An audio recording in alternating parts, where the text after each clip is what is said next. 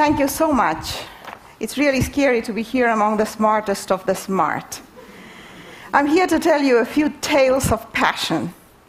There's a Jewish saying that I love. What is truer than truth? Answer, the story. I'm a storyteller. I want to convey something that is truer than truth about our common humanity.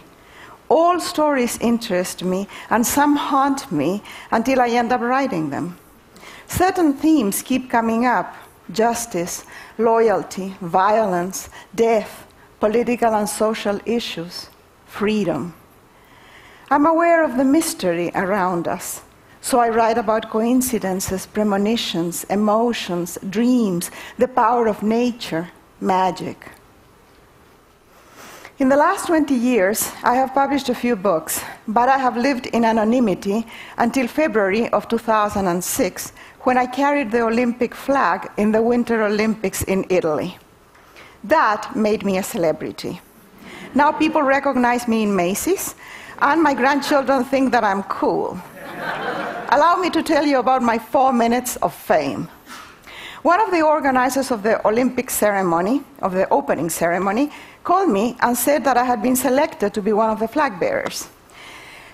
I replied that surely this was a case of mistaken identity, because I'm as far as you can get from being an athlete. Actually, I wasn't even sure that I could go around the stadium without a walker. I was told that this was no laughing matter.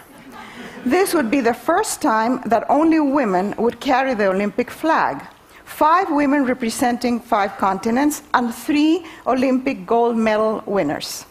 My first question was, naturally, what was I going to wear?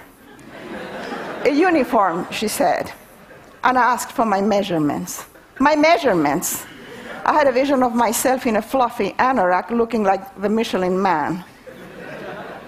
By the middle of February, I found myself in Turin, where enthusiastic crowds cheered when any of the 80 Olympic teams was in the street. Those athletes had sacrificed everything to compete in the games. They all deserved to win, but there's the element of luck. A speck of snow, an inch of ice, the force of the wind can determine the result of a race or a game. However, what matters most, more than training or luck, is the heart. Only a fearless and determined heart will get the gold medal. It is all about passion. The streets of Turin were covered with red posters announcing the slogan of the Olympics: "Passion lives here." Isn't it always true? Heart is what drives us and determines our fate. That is what I need for my characters in my books: a passionate heart. I need mavericks, dissidents, adventurers, outsiders, and rebels who ask questions, bend the rules, and take risks. People like all of you in this room. Nice people with common sense do not make interesting characters. They only make good former spouses. In the green room of the stadium, I met the other flag bearers, 3 athletes, and the actresses Susan Sarandon and Sophia Loren. Also 2 women with passionate hearts, Wangari Maathai, the Nobel Prize winner from Kenya, who has planted 30 million trees, and by doing so she has changed the soil, the weather, and in some places in Africa, and of course, the economic conditions in many villages. And Somali Mam, a Cambodian activist who fights passionately against child prostitution. When she was 14 years old, her grandfather sold her to a brothel. She told us of little girls raped by men who believe that having sex with a very young virgin will cure them from AIDS. And of brothels where children are forced to receive 15 clients per day, and if they rebel, they are tortured with electricity. In the green room, I received my uniform. It was not the kind of outfit that I normally wear, but it was far from the Michelin Man suit that I had anticipated. Not bad, really. I looked like a refrigerator.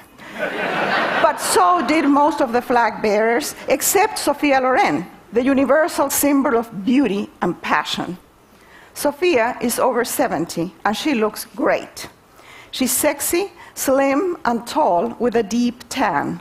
Now, how can you have a deep tan and have no wrinkles? I don't know.